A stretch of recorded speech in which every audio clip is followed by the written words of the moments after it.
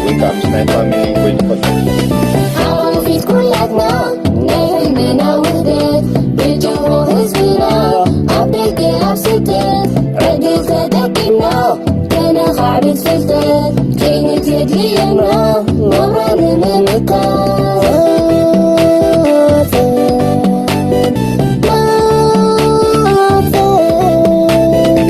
ما سنت بكيسا نغلو تعكف كتسكن كتكئ كسران علوف ما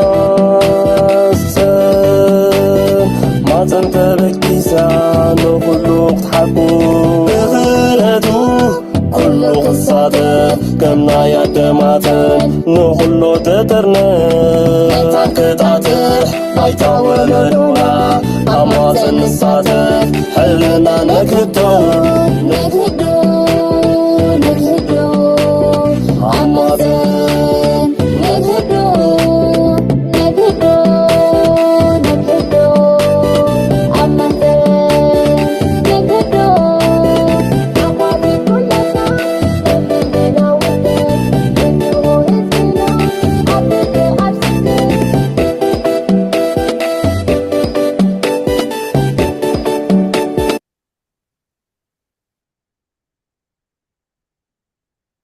ሰላም ኣብ ዝተፈላለየ ሃገራት ኮይንኩም መደባት ማጨለት ከታተሉ ተሓዘብትና ኣብዚ ዘለኹሞ ሰላም ቅሳነት ጥዕና እንዳተመነና እንሆ ከዓ ሎሚ ድሕሪ 50 ዓመት ዝፅምብል ናይ ማሕፀን ኣብ ዝሓለፈ መጨረሻ ወርሒ ጉንበት ድሕሪ ምክያድና እንሆ ፈላሚ መደብ ነካይድ ኣለና ናብ 6 ዓመትና ዝኸይድ ማለት እዩ። ስለዚ ንሎሚ ከም ጀማሪ ሓውና አማኑኤል አስጎዶም ኣብ መንጎና ኣሎ። ሓውና አማኑኤል በቲ ነቲ ተበግሱ ግዚኡ ሂቡ ኣብዚ ኣብ መንጎና ተረኺቡ ንሕብረተሰቡ ንኸበርክት ሓሳባቱ ከበርክት በቲ ዘለዎ ዓቕሚ ፈቃደኛ ብምዃኑ ብሽም ማሕፀንን ብሽም ተኸታተልቲ ኩላትና ከመስግኖ ደሊ። ስለዚ ሓውና አማኑኤል አስጎዶም እንኳዕ ደሓን መፃካ። ከመይ ኣለኻ? ክብረት ያብልነይ ከመይ ኣለኹም? ያ ማህፀንካ እንኳዕ 50 ዓመት ኣብፅሕኩም ንሕጂ ትገብርዎ ዘለኹም ከዓ ብጣዕሚ ኣገዳሲ ዝኾነ ኣርእስቲ ይከታተሉ እሞ ትገብርዎ ዘለኹም ኣበርክቶ እውን ክምስገን ዝግብኦ ይቐኒየልና ክብል እየ ዝደሊ። ብጣዕሚ ፅቡቅ እምበር ክቡራት ተዓዘብትና እዚ ናይ ሎሚ ፈላሚ መደብና ኣዝዩ ኣገዳሲ ብዙሕ ክንመሃረሉ ዘለና ኩላትና ከምቲ ትፈልጦ ኣማን ብዛዕባ ሽኮር ሕማም ሽኮርቲ ዝረብ ከሎ እቲ ባህልና እቲ ልምድና ብዙሕ ኣፍልጦ ስለዘይብልና ብኡ ምክንያት ብድሕሪት ኣለዉ ናይ ማሕፀን ኣባላት ከመሓላልፉ እዮም ኣብ ዩቲዩብ ኣብ ፌስቡክ ኣብ ቲክቶክ ከምኡ ሊንክድን ክመሓላለፉ ስለዝኾነ ኩላኩም ዝከኣለኩም መጠን እቲ ህዝብና ክኸስበሉ ክመሃረሉ ናብ ኩሉ ሸር ክንገብሮ ኣገዳሲ እዩ። ስለዚ ቀጥታ ናብ መደብና ክንኣትና ኣማን መጀመርያ ከምቲ ልሙድ ድሕሪ ባይታኻ መን እዩ አማኑኤል አስጎዶም? ከም ደራሲ ከም ፀሓፊ ከም ብዙሕ ነገር ክተቐስካ ከልእ ግን ኣብኡ ከለኹ ከም መንእሰይ ንዓይ ከም መንእሰይ ትብለካ አማኑኤል አስጎዶም መን እዩ ድሕሪ ባይቱ ዕድል ትበልካ? ፅቡቅ የቐኒየለይ የአማኑኤል አስጎዶም ገብረ መሲሕ ይበሃል። ዝተወለድኩሉ ዓዲ ዓዲ ኸላይ ተወለድ ኩሉ ጥራሕ ዘይኮነስ ንክበቆለይ ወዲ ዓዲ ኸላይ ኢለ ኣነ ዝጠቅስ ብድሕሪኡ ኣብ ካናዳ እየ ዝነብር ዘለኹ ተቐማጢ ናይ ካናዳዊ እየ። እቲ ናይ እዚ ልዕልና ዘለናኻ ሳይንስ ስለዝኾነ ከዓ ናይ ኤዱኬሽናል ባክግራውንድ ካ ጠቐሲ ዝመፅእ ኣብ ዩኒቨርሲቲ ኣስመራ ተምሃራይ ናይ ሕጊ ነይረ ይወዳእኹን። ኣብዛ ዓዲ መፅአ ከዓ ፓወር ኢንጂነር እየ ብሞያ እዩ ዝነብረሉ ኣዘ ፓወር ኢንጂነር ማለት እዩ። ኦፕሬተር ይስርሐይ ናይ ፕላንትስ ማለት ዓበይቲ ትካላት ከም ኦፕሬተር ኮይነ ይሰርሕ ማለት እዩ። ስለዚ እቲ ሞያ ናተይ ካብዚ ዓውዲ ዝዛረበሉ ዘለኹ ኮምፕሊትሊ ወፃኢ እዩ። እንታይ ደኣ ናብ ዝምፅኢካ ዝብል ሕቶ ክምልስ እየ። ግን ኣብኡ ቅድሚ ምእታወይ ኣብዚ ሞያ በዓል ሞያ ስለ ዘይኮንኩ ኣብዚ ዝህቦ ናተይ ተመክሮ ንክገልፅ ስለምንታይ ከብፅሕኒ ኣዌርነስ ንክፈጥር ዳ እምበር ኣነ ዝህቦ ኣብዚ ሕክምና ኣይኮነን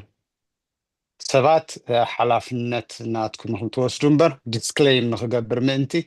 በዓል ሞያ ናይ ሕክምና እውን ስለ ዘይኮንኩ እቲ ቃለይ ተወሲዱ ኣብ ተግባር ኣውዒልኩም ኣብ ዘየድሊ ነገር ከይትወድቁ ምእንቲ ስለዚ ምስ ዶክተርኩም ተላዚብኩም ትኸድዎ ዳ እምበር ኣባይ ኣይትምርኮስን ኢለ እየ ዝኣምን ስለዚ በዚ ክጅምር እሞ እንታይ ደኣ ንስኻ ከምዚ ካብ ኮነ ታሪክካ ስታይ ኣምፃእካ ናብዚ ዓውዲ እዚ ዝብል ግን ሕማመ እዩ ከም ኩሉ ሰብሲ መጀመርያ ሕማም ሽኮር ሓሚመ ከምዚ ሓመምኩ ዝፈለጥኩ እውን እቲ ሰብ ኣስተምሮ እውን ንክኸውን ፅቡቅ ነብሰይ ኣብ ፅቡቅ ቆመና ነይረ ብዛ ዓዲ ኣብቲ ኮንስትራክሽን እውን ዝሰርሕ ገለ ኣነ ጥዑይ እየ ካብኣይ ዝጥዕይ ሰብ ኣይህሉን ዝብል ትምክሕቲ እዩ ነይሩኒ ደን 4 ዓመት ክኸውን ናብ ዶክተር ከይደ ይፈልጥን ብዝኾነ ምክንያት ግን ፎር ሳም ሪዝን ስኢሉ ድኻም ኣብ ኮፍ ዝበልክዎ ድቃስ እንድሓር እንዳኸድኩ ከዓ ድኻም ነብሰይ ከዓ ፅቡቅ ተገራጫዊ ነገር ርኤ ብነብሰይ ማለት እዩ ገለ ስኸውን ኣለኹ ኢለ ናብ ዶክተር ትኸድኩ ሽኮር ኣለካ ኢሉኒ ሽኮር ኣለካ ሕማም ሽኮር ኣለካ ምስ ተባሃልኩ ሰንቢደ ካብ ምንታይ መፂ ተበልኩ ከዓ ናይ ስድራካ ኸውን ናይ ዓሌትካ ኸውን ዝብል እዩ ግን ተፈተሽኩ ከዓ ኣብ ስድራይ ከዓ ዓሌትና ከዓ ሽኮር ዝበሃል የብልና ዝፈልጦስ የለን ስድራይ ዓብዮም እዮም ሞይቶም እቶም ዓበይቲ ዝፈልጦም እቶም ዘለዉ ከዓ ኣለዉ ስለዚ ኣብቲ ስድራናስ ሕማም ሽኮር የለን እሞ ካበይ ምንታይ ዳ መፅኡ ደን መልሲ ካብ ዝሃበኒ ዶጋትር ቀያይር ነይሩኒ ቀያይረ 3 ዶጋትር እቲ ዝተዋህበኒ ምክንያት ሓደ ዓይነት እዩ ኣነ እውን ኣይተቐበልክዎን እቲ መድሃኒት ጀምር ዝበሃል ከዓ መሰረቱ እንታይ እዩ ዝብል እዩ ዘይተመለሰለይ ኣነ ከዓ ከምኡ ባህርያት የብለይን ክምለስ ኣለዎ ይተመለሰን ይፈታትሽ ነይረ ብጎጉል ኣብ ጎጉል ከዓ ዝተረኽበ ነገር ዋላ ሓንቲ ይረኸብኩ ደን ኦል ሳደን ድሕሪ ተወሰነ ግዜስ ኣዲስ ኣበባ ከይደ ስድራ ቤት ክርኢ ድሕሪ 3 ሰሙንስ ሙሉእ ብሙሉእ ጠፊኡ እቲ ምልክታት ይዕቁነ እየ ነይረ ሙሉእ መዓልቲ ክዕቁነ ዝውዕል ነይረ ቅድሚ ምብላዒ ድሕሪ ምብላዒ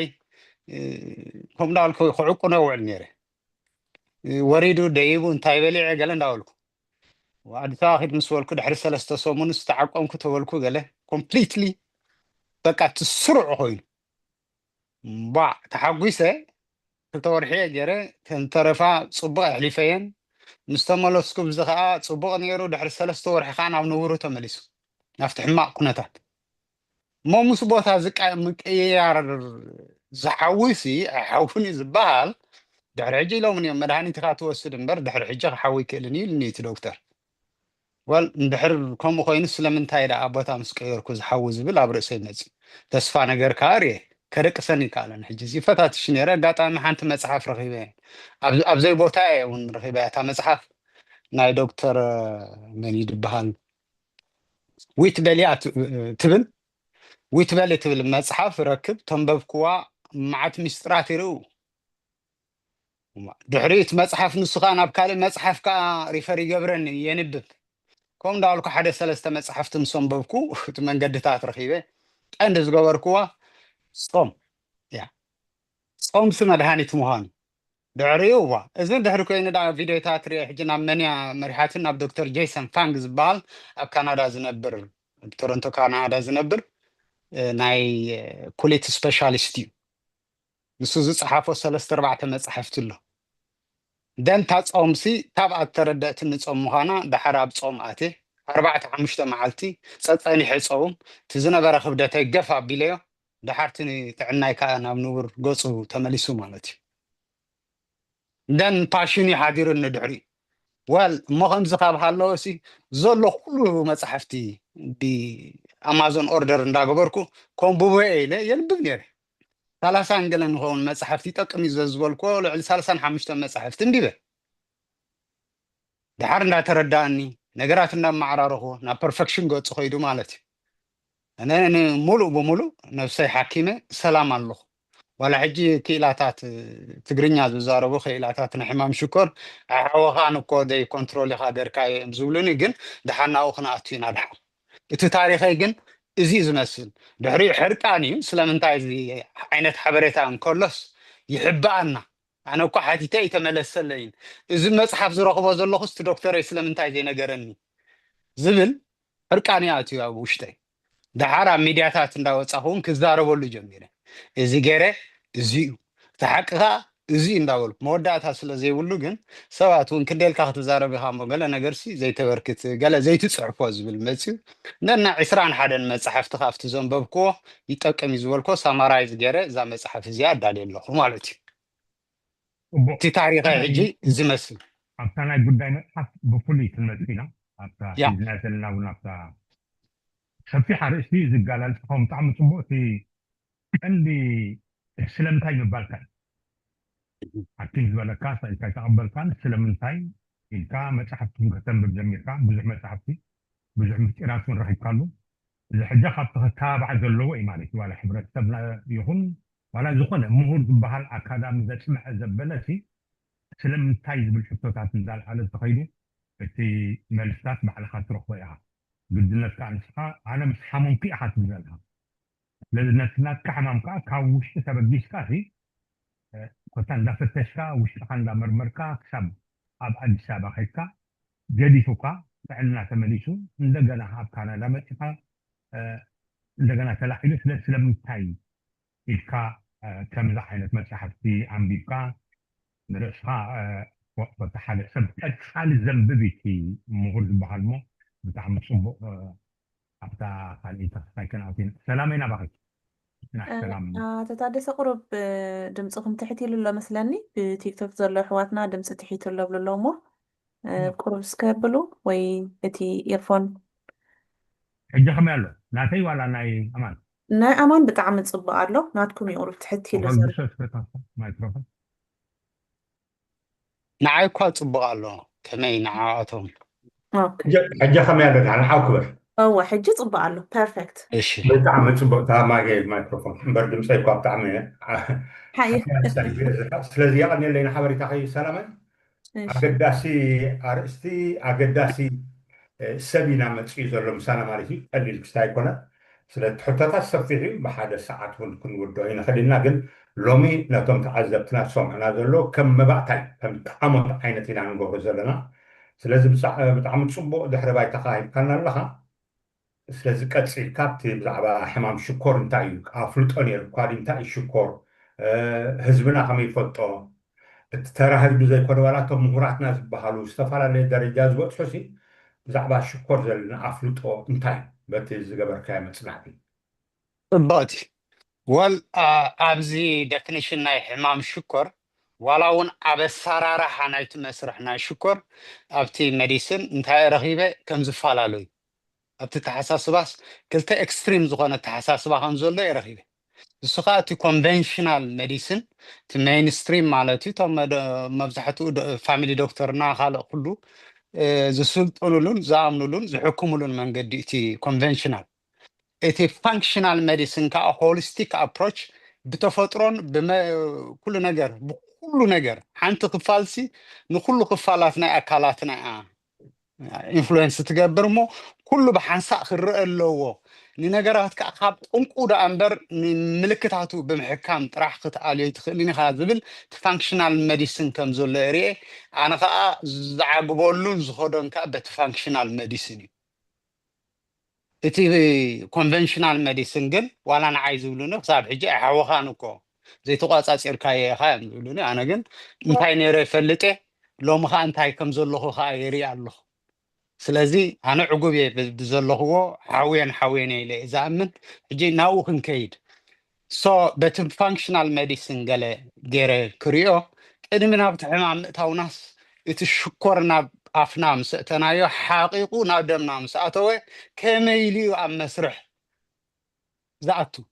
እንታይ እዩ ዝኸውን ንዝብል እዚኣ ክንሪኣ መጀመርያ ድሓር ንሱ ምስ ተዛብዐ እዩ ሽግር ዝበሃል ሕማም ዝበሃል ደን እቲ ሽኮር ካርቦሃይድሬትስ ንብሎ ካብቲ ዓይነት ምግብታት ምስ በላዕናዮ ሓቂቁ ናብ ደምና ይዘርቕ ይሰሓብ እሞ ካብ ደም ከዓ ናብ ወሃየ ይኣቱ ዝተረፈ ከዓ ናብ ስብሒ ይስራሕ እዚ ንክኸውን ዘኽእሎ በዛ ጣፍያ ብልዋ በአምሓርኛ ቆስጠ ከዓ ንብሎ መስለኒ ብትግርኛ ፓንክሪያስ ሓደ ሆርሞን ትሰርሕ እቲ ሆርሞን ንሱ ከዓኒ ኢንሱሊን ይበሃል እቲ ኢንሱሊን ነቶም መናድቕ ናይ ሰራውር ደም ሲግናል ይህቦም መልእኽቲ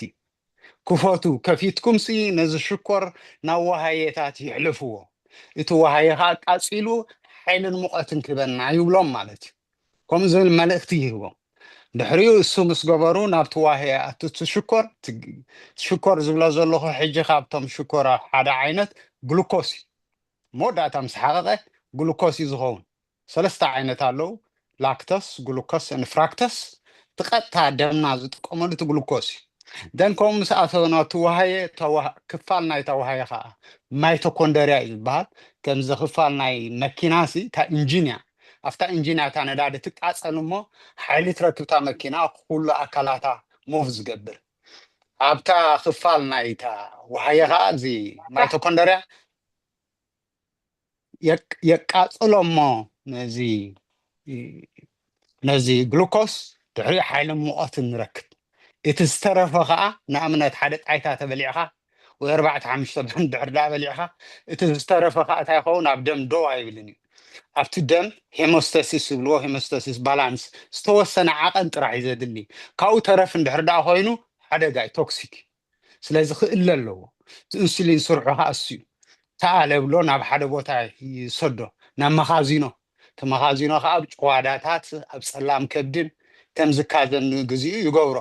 እቲ ዝተረፈ ከዓ እንድሕር ተደጋጋሚ ብብዝሕን እንድሕር ዳኣልዩ ተደጋጋሚ ትበልዕ እንድሕር ዳኣሊኻ ናብ ስብሒ ይቕየር ፀላም ከብድያ ናብ ስብሒ ትቕይሮ እዚ ተደጋጋሚ ምስ ትገብሮ ድማ ብብዝሒ ኣብ ከባቢ ከብድኻ ስብሒ ይስራሕ እዚ ከብድና ዝፍጥጥ ምክንያት ስብሒ ብምብላዕና ዘይኮነስ ሽኮር ብምብላዕና እቲ ሽኮር ዝበላዕና የተረፍ ናብ ስብሒ ምዝቕየር እቲ ዝኸፍአ መርዛም ዝኾነ ስብሒ ንሱ እዩ ካሎስትሮል ዶ ስትሮክ ዶ ሃርት ኣታክ ብዙሕ ፀገማት ዘምፅእ እዚ ዓይነት ስብሒ እዚ እዩ ካብ ሽኮር ዝመፀ ስብሒ እጂ እዚ እቲ መስርሕ ዝኸውን እሞ መዓስ ዳይ ሕማም ሽኮር ዝኸውንከ ንዝብል ሕጂ ናብቲ ሕማም ሽኮር ክንኣቱ ክልተ ዓይነት ኣለው እቲ ሳልሳይ እኳ ኣብቲ ካልኣይ እዩ ዝጠቃለል ክልተ ዓይነት ሕማም ሽኮር ኣለው ሕማም ሽኮር ዘብሎም ዘሎ ንኩሎም ሕማም ሽኮር ዘብሎም ልዕሊ እቲ ዝግቡእ ዓቐን ናይ ሽኮርሲ ኣብ ደምካ ምህላው እሱ እቲ ሽም እሞ ስለምንታይ እዩ ከዝመፅእ ዘሎ እንድሕር ኢልና እቲ ቀዳማይ ዓይነት ሓደ ዝበሃል ኣብ ቆልዑ ይርአ ይበሃል ሎሚ ግን ኣብ ዓበይቲ ንሪኦ ኣለና እታ ፓንክሪያስ ኢንሱሊን ትሰርሕ ፍፁም ኣይትሰርሕ ወይ ድማ ዝተወሰነ ዓቐን ዘይእኹል ትሰርሕ ማለት እዩ ንግዚኡ ኣብ መወዳእትኡ ግን ኣይትሰርሕን እቲ ምክንያት ዝወሃብ ኣብዚ እንታይ ኣውቶ ኢሚን ዲዚዝ ይበሃል እቶም ናይ ወታደራት ናይ ነብስና ዋይት ብላድ ሰልስ ኣውቶ ኢሚን ናታቶም ነዞም ወሃየታት ኣብ ፓንክሪያስ ዘለው ቤታ ሰልስ ዝበሃሉ ኢንሱሊን ዝሰርሑ የጥቅዖም ስለዚ የምኩኖም ካብ ስራሕ ወፃኢ ይገብሮም ስለዚ ኣይሰርሑን ክሰርሑ ተደለዩ ምስራሕ ይኸሎም ኣሎ ኣውቶ ኢሚን ዲዚዝ እዩ ሕጂ ካብ ምንታይ መፂ ንዝብል እዚ ሕክምና ኣይምልሶን እዩ እንታይ ዝብል እንድዒ ኣይንፈልጥን ኮንክሉሲቭ ዝኾነ ጭብጢ የብልናን እዩ ዝብል ካብ ዓልየት ግን ይመሓላለፍ ምዃኑ እዩ ዝብል ብብዙሕ መንገድታት ኣነ ካብ ዘፅናዕኽዎ ካብ ዝረኸብክዎ ኣብዚ መፅሓፍቲ ዘርዚረዮ ዘለኹ ዝተፃሕፈ ግን ኢንፍላሜሽን ብዝተፈላለየ ምክንያታት ኢንፍላሜሽን ኣብ ነብስና እንድሕር ተፈጢሩ ሲ ንኣውቶ ኢሚን ዲዚዝ ዘተባብዕ ምዃኑ ክፈጥር ዝኽእል ምዃኑ ግን ብብዙሕ መርትዖታት እኒሄለ ኢንፍላሜሽን ኣውቶ ኢሚን ዲዚዝ ክፈጥር ከም ዝኽእል ዋል እንድሕር ንሱ ኮይኑስ ኣብ ኢንፍላሜሽን እሞ ዘይንሰርሕ ዝብል ኣነ ኣይረኣኹን ኣይንፈልጥን ትብል ጥራሕ ኣብዞ ፋንክሽናል ሜዲሲን ግን ኣውቶ ኢሚን ዲዚዝ ኢንፍላሜሽን ዝፈጥሮ ካብ ኮኑ ኢንፍላሜሽንስ ፎከስ ገርና ኢንፍላሜሽን ከይመፅእ ኣብ ነብስና ኢንፍላሜሽን ማለት ነድሪ ወይ ቁጣዒ ማለት ይመስለኒ እዚ ክመፅእ ከምዘይብሉ ክንገብር ክንክእል ኣለና ዝብል መስርሕ እኒሄኒ በዚ ንረኣዮ ኮይኑ ግን እዚ ሕማም እዚ ስለዘይትሰርሕ ዘላ እንድሕር ዘይሰርሐት ከዓ እንድሕር ኢንሱሊን ዘይስራሓሉ ነብስና ብደገ ክወሃብ ዘሎ ኣማራፂ የለን እቲ ህፃን መብዛሕትኡ ህፃናት እዩ ዝረአ ነይሩ ሕጂ ዓበይቲ ዝረአ ዘሎ ኢንሱሊን ኣብ ነብሱ ስለ ዘይስራሕ ዘሎስ ብደገ ክትቦ ኣለካ ኣማራፂ ዝፈልጦ ኣነ እውን የለን ብደገ እዩ ክወስድ ዘለዎ እቲ ዓይነት ክልተ ኸ እንታይ ዳ እዩ ዓይነት ክልተ ግን እታ ነብሱ እታ ማለት እታ ፓንክሪያስ ኢንሱሊን ትሰርሕ ኣላ ትሰርሕ እውን ነይራ ፀገም የለን ኣብ ፓንክሪያስ እቲ ፀገም ኣብ ምንታይ እዩ ዘሎ ሓደ ካብቲ ፀገም ሸውዓተ ጠቂሶም ኣለኹ እቶም መሰረታዊ ፀገማት ሓደ ካብቲ መሰረታዊ ፀገም ኢንሱሊን ሬዚስታንስ ይበሃል ኢንሱሊን ሬዚስታንስ ማለት ከምቲ ዓንተ ዝገለፅኮ እቶም መናድቕ ሰራውሪ ደም ከፊቶም ኢንሱሊን ኣወሃየ ከም ዝኣቱ ክገብርዎ ዝግብኦም ንትእዛዝ ናይቲ ኢንሱሊን ሰሚዖም ኣይንሰምዕን ይብሉ ኣይእዘዝዎም ሪስፖንድ ኣይገብሩን ኢንሱሊን ሪሰፕተርስ እዮም ዝበሃሉ ፕሮቲን እዮም ኢንሱሊን ሪሰፕት ገይሮም ኤሌክትሪካል መሰጅ ዝመሓላለፍ ክፈት ዝብል ሪሞት ማለት እዩ ሕጂ ኣብ ክንዲ ዝኸፍቱ ስቕ ይብሉ ኣይቅበልዎን ስለዚ እቲ ሽኮር ናብ ወሃየ ኣትዩ ክንዲ ዝቃፀል ኣብ ደም ደው ይብል ደን ሽኮርካ ይበዝሕ ማለት እዩ ስለዚ ኣይሰርሕን ኣብዚኣ ክልቲኡ ስትሪም ናይ ሜዲሲን ይፈላለዩ እንታይ ዝብል ሓደ እቲ ፋንክሽናል ሜዲሲን እቲ ሴንሲቲቪቲ ጠፊኡ ዘሎ ብዝተፈላለየ ምክንያታት ሴንሲቲቪቲ የለን ሕጂ ነዚ ሴንሲቲቪቲ ናብ ንቡሩኽ ንመልሶ ኣለና እቲ ጠንቅታት ከዓ ዝንዝን ኢሎም ይዝርዝሩ እቲ መፅሓፈይ ጠቂሰዮ ኣለኹ እቲ ኣነ ዝበፅሕኽዎ እሱ እንድሕር ዳኣ ጌርካስ ናብ ንቡሩቕ ክምለስ ይኽእል ይብሉ ኖ እቲ ኮንቨንሽናል ሜዲሲን ከዓ እንታይ ይብል ኖ ሓንሳብቲ ኢንሱሊን ሬዚስታንስ ስለ ዝመፀ ንዕኡ ንክትብድህ ከዓ እታ ፓንክሪያስካ ልዕሊ ዓቐን ትሰርሕ እሞ ኣብ መወዳእትኡ ሓደ ከም ዝበልክዎ ኣይሰርሕን ኤፌክቲቭ ኣይከውን እቲ ኢንሱሊን ካልኣይ ከዓኒ እቲ ኳንቲቲ ናይቲ ዓቐን ናይቲ ስራሕ ዘሎ ኢንሱሊን ከዓኒ ይጎድል ስለዚ ኣብ መወዳእትኡ እውን ኤግዞውስት ትኸውን እዩ ዝብል ትደክም እታ ፓንክሪያስ ኤግዞውስት ትኸውን እሞ ኣይትሰርሕን ባይ ዴፊኒሽን እዚ እንታይ ማለት እዩ ንዓይ ንርድኢተይ ኣይትሰርሕን ማለት ካብቲ ታይፕ ዋን እንታይ ይፈልዮ ታይፕ ቱሲ ታይፕ ዋን ኮይኑለ ኣነ ትርድኢ ዝህበኒ ዘሎ ክንድኡ ክገልፅዎ ይደልዩን ክዛረብሉ እውን ኣይደልዩን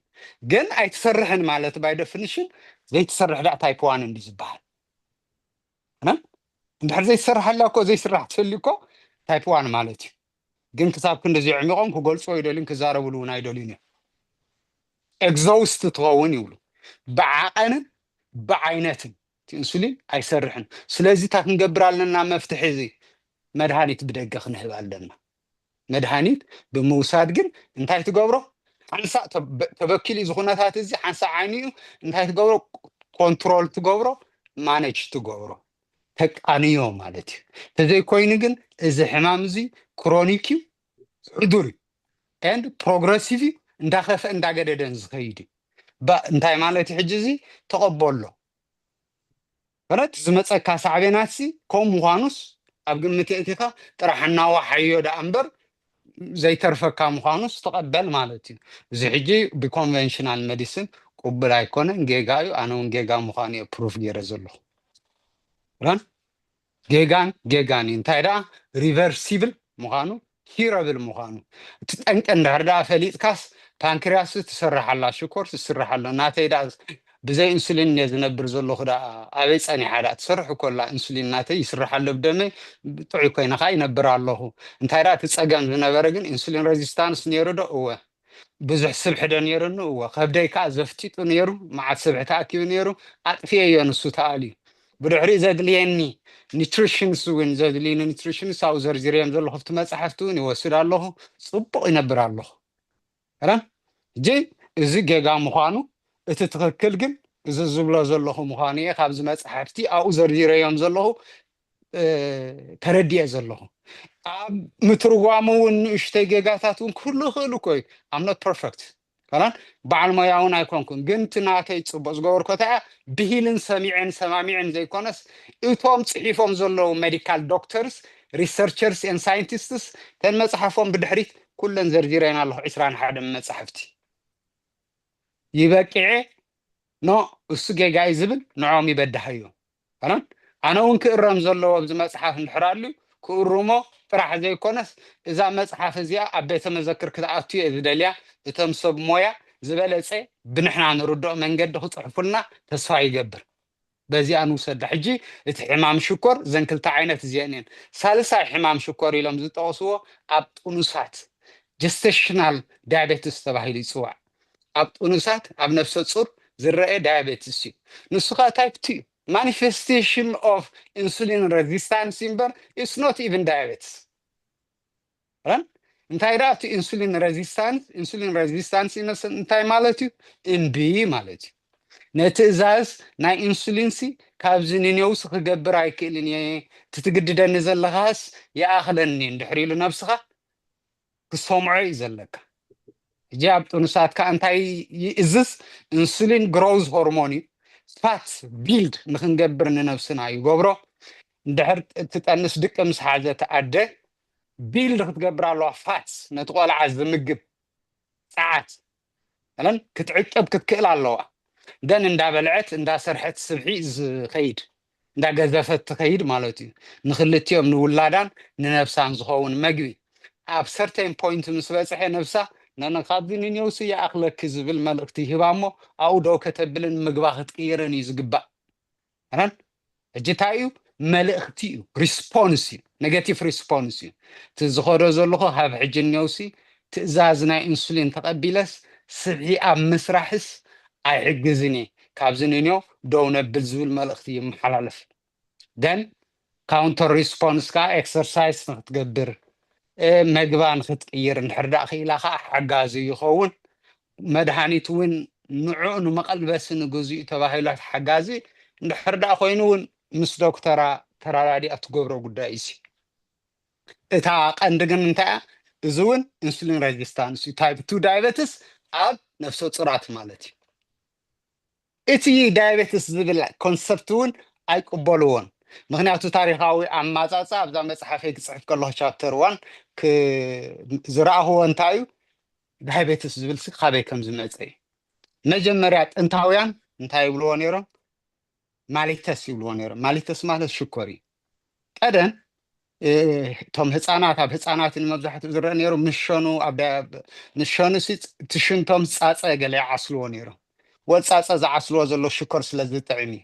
ደን ጥዒሞም እውን ሽኮር ከም ዘለዎ ይፈልጥዎ ነይሮም ማለት እዩ እሱ ነይሩ ሜቶዶሎጂ ናይ መመርመሪ ደን ሽኮር ኢሎም ፀዊዖሞ በቲ ናቶም ቋንቋም ማለት እዩ ማሊተስ ማለት ሕጂ ሽኮር ማለት እዩ ተተተርጉሙ ናብ እንግሊሽ ድሕሪኡ ከዓ ንቐስ እንዳበለካ ዳያቤትስ ዝብል ቃል ከዓ ስዒቡ ዳያቤትስ ማለት ከዓ ነቶም ቆልዑ ሕጂ ሽኮር ገለ ምስ ሓዞም እንታይ እዮም ዝኾኑ ነፍሶም ፅቡቕ ዝነበረ ብሓንሳእ ሕጥጥ ኢሉ ይጠፍእ ድሕሪኡ መወዳእቱ ከዓ ይሞቱ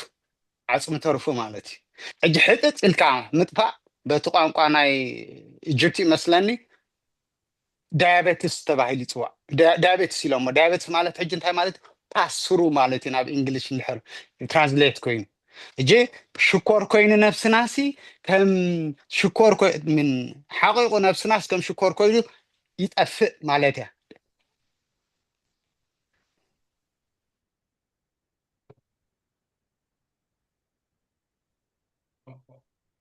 ወፂሎ ሰላማይ ምናልባት ቴሌፎን ተደሊቡ ተደውላት ሞባይል ስለዝኣተወ መዝኸበርኩም ተዓዘብትና ብጣዕሚ ኣገዳሲ ዝኾነ ኳዕዳ ሰላም መፅሓፍ ወሓዚት ኣገዳሲ ዝኾነ ትምህርቲ ይበልና ኣሎ ብጣዕሚ ተቐሪብና ኣማነይ ከመይ ኣምሽኹም ኢልና ኢና የቕሬታ ቴሌፎን ደው ኢሎምለ ብቴሌፎን ስለዝኣተኹሲ ነተረዲእና ድሓን ፅቡቅ ትገልፅ ኣለኻ ኣብታ ናይ ዲያቤትስ እቲ ፅቡቅ እትገላልፅኻ ብጣዕሚ ደስ ኢሉኒ ኣሎ ኣነ እውን ዳርጋ ሓደ 20 ሕቶታት እናቐሪብና ነርና ኩሉ ግን ትትንክፎ ኣለኻ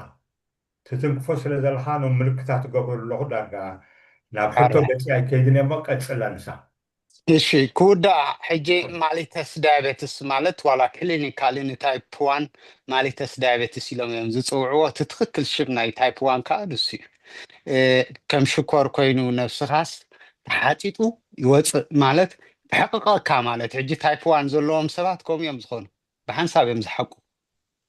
تملكتها تايب 2 خي ابزي كاتو غبودو دايابيتس كخبحالي وين يغبودو اكاتا نطب مالتي يحقق كادي تايب 2 اي حقق كاني انتي دا اندا غزف كاخات خي كبدخ اندا غزفه توم مدهاني زوسدو سباتو اندا غزف يوم زخد هران هجي حد هنداوي ام مبل حمشاي كفل زمن يخمان فللي اب كلتيوم اوف بي اوبزرفيشن ناتوري وتم عبيتيلو يغوجفو يلو توم دققت ግን حققهم هودو زبل تعزب ثري مجمريا غزي مالتي اجي ابز حكمنا ግን كمز زبل ملقت خوبن አይዶሊኛ ምክንያቱ بمدهانيت ገርካ ጥራሕ ተቋጻጽሮ እንዳገደደን እንዳኸፈን ዝኸይድ حضور حمامي زرفورك ساعة موت مش تنبر زبل ملقتي زم حلالف أنا خاجي جاي لي زامن بس رخوكو مصنعتي مالتي I think كعسرة أنا بقال حتى من تختاتو نحن درجاتي إذا قربنا حتى كل تتنفر عندها طعم صبو تي أفلت أنا وانتهي دس بلنا دول تي ترجم كتير سألنا على هون الديابيت حجز خنا سب نحين تحت كاني الديابيت بلا كامبر كابي متشو انتهي في التيم بنفسه زبوس حول كومينا مثلا من ديابيتنا شكورنا نبل حمام شكور نبل سلام تايجن درجة لك كم زبنات كم تصنعتي تبنى زلها أفلت أو طعمي عقدا سلزغنا بتعم صبوتي مالي تسل كاز جلس كايون سلام تايتم حصانا مجمرياتنا توم شنتي شكور للطعم شكور تبعيلو ازونا عفلوت انا بتعم صبوي تديابيس تولدلها تقدامي عينت بتسمو كم شكور يحققات ولا لها تخالايغن كما خم زي كونه ስለዚ እቶም ሰማዕትና ዝተፈላለዩ ሕቶታት ክመፅኦም ይኽእሉ ሕጂ ግን ብዝያዳ ኣብ ተኣፍልጦ ደስ ዝብል ቀፂልካ ብዛዕባ እታ መፅሓፍካ ብፍሉይ ተትገልፀልና ካበይ ተበጊስካ ስለምንታይ ኢኻ እቲ መፅሓፍ ትፅሒፍካዮ ምክንያቱ ከም ሞያ ክትገልፀልና ከለካ መጀመርያ ናይ ሕጊ ሰብ ኢኻ ነርካ ኣብ ዩኒቨርሲቲ ናይ ኤርትራ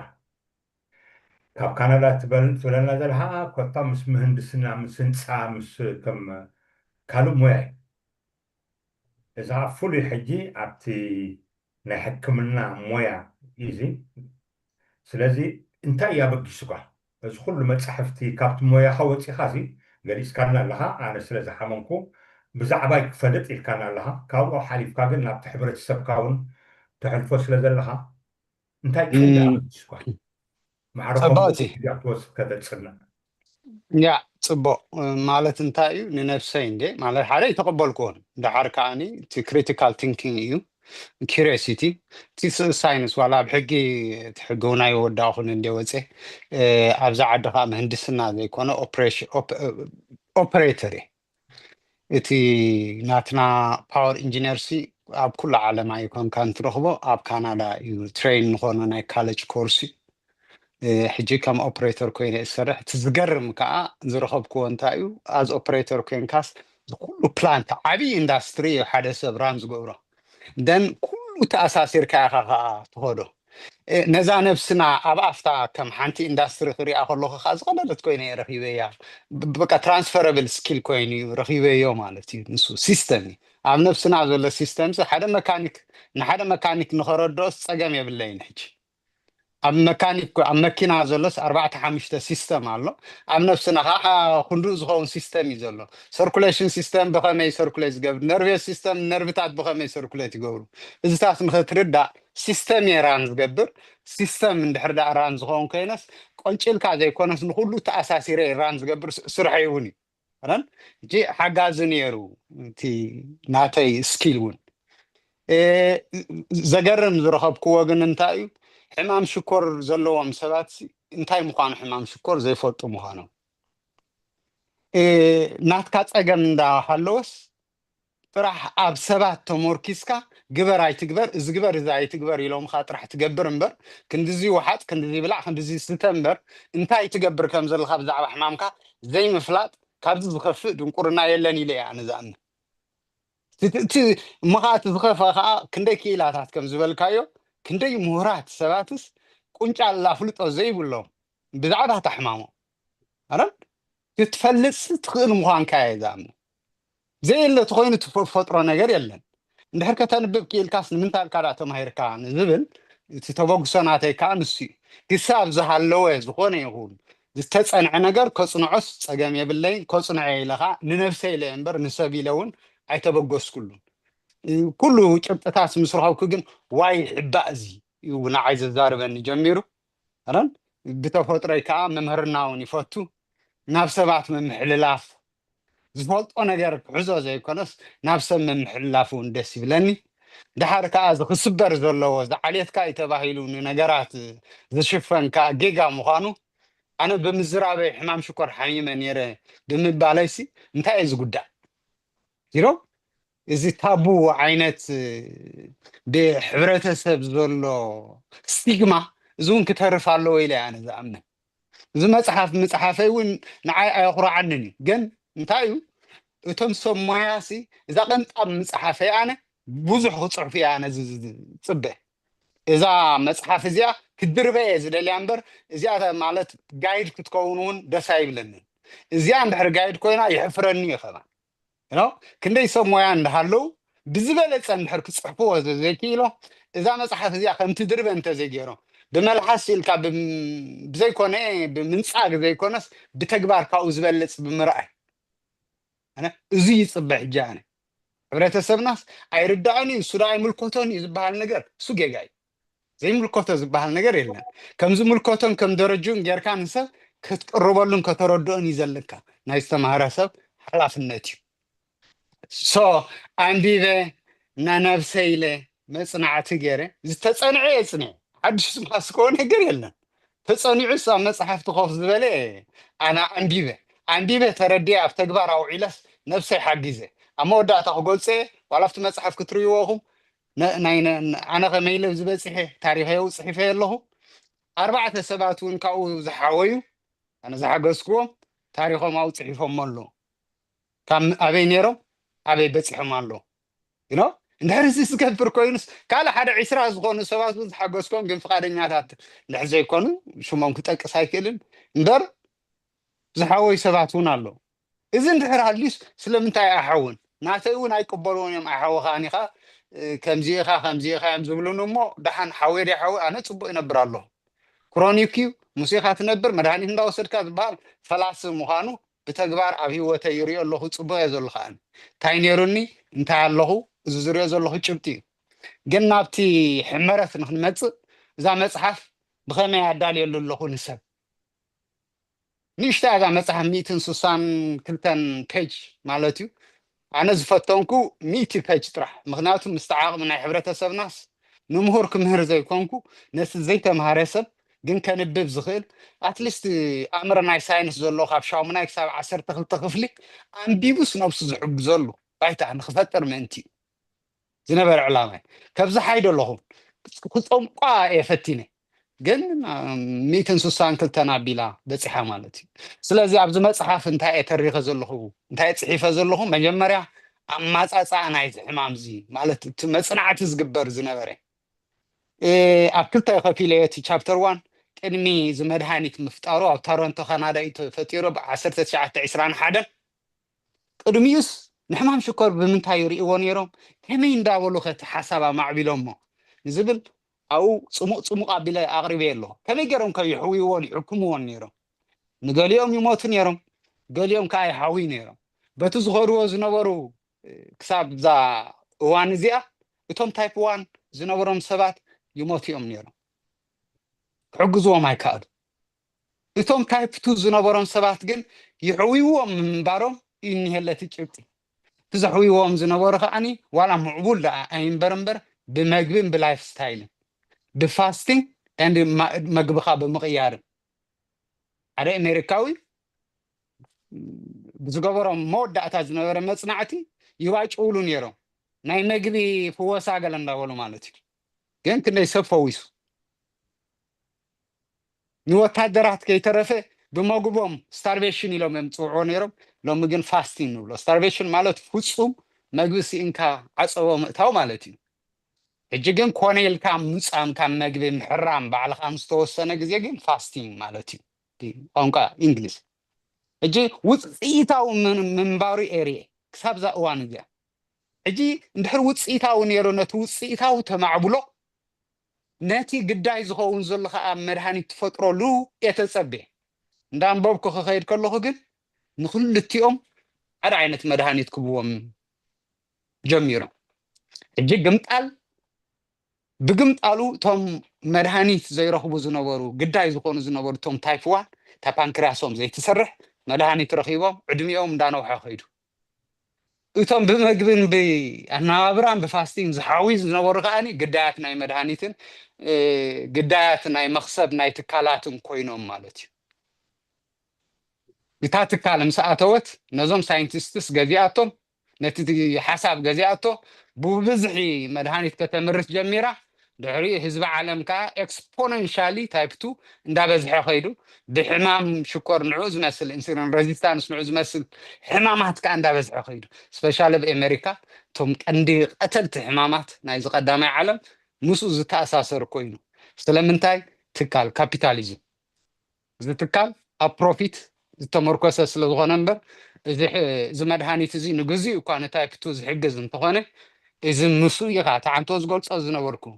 ምስኡ ትነብር ትቋፃፀሮን ተመሓድሮን እምበር እዚ ሕዱር ሕማም እዩ ዝብል ረብሓ ናይ ሓደ ትካል ዝሕሉ ስነ ሓሳብ እንታይ ዳ ሪቨርስ ትገብሮን ከተሕውዮን ትኽእል ሕማም ምዃኑ እቲ ታይፕ 2 ኣብዚ ከይጋራጮና ብዛዕባ ታይፕ 1 ኣይኮንኩን ዛረብ ዘለኹ ታይፕ 1 እቲ ኣብ 1921 እዚ ኢንሱሊን ምስ ተፈጠረ ብዙሕ ሓገዝ ዝረኸበ ታይፕ 1 እዩ ስለምንታይ እዩ ንዝብል ኣብኡ ከተኩር ኣይደልን ስለምንታይ እዩ ዘይሓዊ ካልእ ዓብዪ ድቕ ዝበለ ሳይንስ እዩ ናብኡ ከኣቱ ይደልን ግን እንታይ እዩ እዚ መድሃኒት እዚ ብዓቐን እንዳወሰዱ ኣብኡ ዘሎ ጌጋ ግን ክሓልፎ ዘይደልን ድላይኩም መግቢ ብልዑ ኣብ ስድራኹም ኣብ ማኣዲ ናይ ስድራኹም እሞ ጥራሕ እዚ መድሃኒት እዚ ውሰዱ እንዳወሰኸ እንድሕር ከይዱ እንድሕር ዘይሰሪሑ ከዓ እቲ መድሃኒት እንዳወሰኸኩም ከይዱ ዝብል ጉጉይ ሓሳብ ከም ዘሎ ኣብኡ ፅሒፈ ኣለኹ ሶርሱ ምንጩ ጠቒሰ ማለት እዩ ጌጋ ምዃኑ እቲ ሓሳብ ንሱ እንታይ ደኣ ዘድልየካ ቁኑዕ መግቢ ትክክል መግቢ ጥዑይ መግቢ እንዳበልዑ ክንዲ እቲ ጥዑይ ሰብ ከመንጭዎ ዝግባእ ነብሱ ክሰርሖ ዝግባእ ኢንሱሊን ጥራሕ እንዳሃብካ ጥዑይ ጌርካ ነቲ ታይፕ 1 ዘለዎ ሕሙም እዩ ክውሰድ ዝግብኦ እምበር ድላይ ካብላዕ ማለት እንታይ ማለት እዩ ድላዩ እንዳበልዐ ፀገም ዝፈጥር መግብታት እንዳወሰደ ድሕሪኡ ኢንሱሊን ከዓ እንዳወሰኸ ከምዚ እንዳበለ እሞ ይኸይድ ኣብ መወዳእቱ እንታይ ዝኸውን እቲ መድሃኒት እውን ኣይሰርሕን እንድሕር ዘይሰርሐ እንታይ ማለት እዩ ታይፕ 2 ኮይኑሎ ማለት እዩ ኢንሱሊን ሬዚስታንስ ተዕብለኻ እንድሕር ኢንሱሊን ሬዚስታንስ ዓብዩ እንድሕር እቲ መድሃኒት ተዘይሰሪሑ ኸ እንታይ ዝኸውን ዘሎ ኢፌክቲቭ ኣይኮነን ታይፕ 2 ኣብ ርእሲ ታይፕ 1 ታይፕ 2 ደርፎር እንታይ ማለት እዩ ኣብ መወዳእቱ እቲ መድሃኒት እውን ኣይሰርሕን መድሃኒት ተዘይሰሪሑ ኸ እንታይ ኢኻ ክትገብር ኣማራፂ ይብልካን እታ ዓለም ትፈላለ ማለት እዩ ከምኡ ከይከውን ሕጂ ክገብሮ ዘለዎ ታይፕ 1 እውን ብዛዕባ ታይፕ 1 ዘለዎ ሰብ ንታይፕ 2 ሸለል ክብል የብሉ ብዛዕባ ታይፕ 2 ፅቡቅ ገይሩ ከፅንዕን ክፈልጥን ኣሎ ታይፕ 2 ክመፅእ ከም ዝኽእል እየ ዝገልፅ ዘሎ ታይፕ 2 ዘለዎ እውን ታይፕ 1 ክመፅእ ከም ዝኽእል ከመይ ሓደ ካብቲ ምንጪ እንድሕር ደኣ እታ ፓንክሪያስ ብሰንኪ ታይፕ 2 ዘለዎ ሰብሲ ፋት ዲፖዚት ይገብር ሬዚስት ይገብር ሞር ኢንሱሊን ከዓ ትሰርሕ ፓንክሪያስ ሬዚስት ይገብር ነፍሱ ሞር ከዓ ትሰርሕ ንዝኸኣለቶ ድሕሪኡ ከዓ ሓኪም ከዓ ይኣቱ መንጎ እንደገና ሞር ወይ ሚትፎርሚን ወይ ኢንሱሊን ከዓ ይህብ ካልእ መድሃኒታትን ይህብ እዚ ከዓ እንታይ ታብዕ ሞሩቅ ስብሒ ከም ዝስራሕ ይገብር ካብቲ ደም እንዳኣለየ ስቶር ከም ዝኸውን ይገብሮ ኣብ መወዳእቱ እንታይ ዝኸውን ስብሒ ይስራሕ ኣሎ እዚ ስብሒ እዚ ኣብ ጌጋ ቦታ ተኣተወኸ ጌጋ ቦታ እንታይ እታ ፓንክሪያስ ኢንሱሊን ትሰርሕ ዘላ ንዓኣ እንድሕር ሸፊንዋ ኸ ኢንሱሊን ክትሰርሕ ኣይትኽእልን ኢንሱሌት እንድሕር ኮይና ይብል ዶክተር ጄሰን ፋንግ ሕጂ እንድሕር ደኣ ላሚኔት ኮይና ብስብሒ እታ ፓንክሪያስ ቶም ቤታ ሰልስ ክሰርሑ ተዘይክኢሎም ኢንሱሊን የለን ካብ ታይፕ 2 ዘለዎ ሰብሲ ብዝነብሮ ዝነበረ ኣነባብራ ታይፕ 1 ሰሪሕሉ ገለ ሰባት እውን ዘጋጠሙን እንታዮም ታይፕ 1 ኣለኩም ኢሎም ዝሕክሞም ዝነበሩ ታይፕ 2 ከም ዝነበረ እቲ ሕማም የርእየካ ከምዚ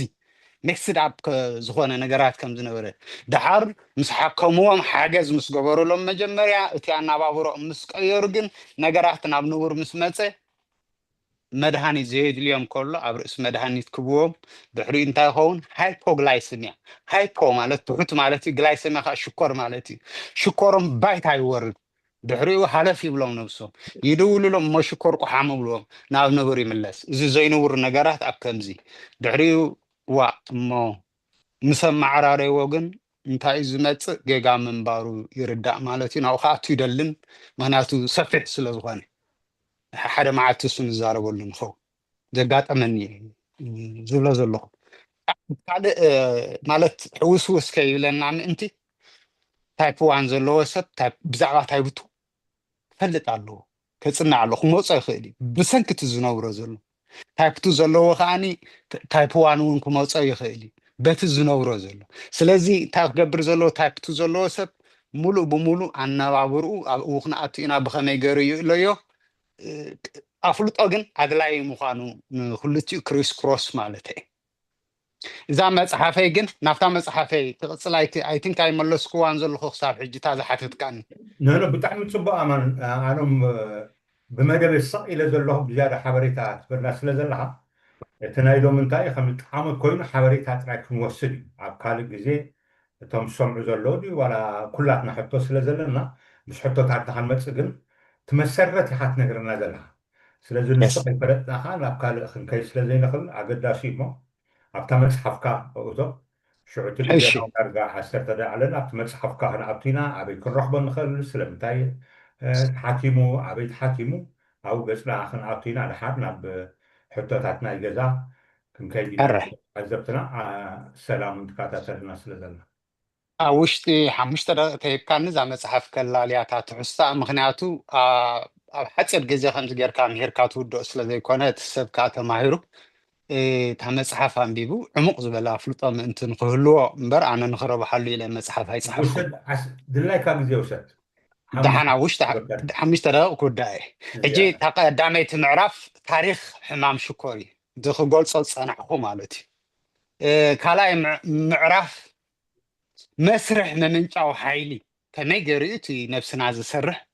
ንሽኮርሲ ከመይ ገይሩ ናብ ሓይልን ሙቐትን ዝተረፈ ከዓ ናብ ስብዕን ከመይ ገይሩ ከም ዘመሓድሮ ኣብ ካልኣይ ምዕራፍ ዝተንኪፈዮ ዘለኹ ብዕምቆት ኣብሎ ማለት እዩ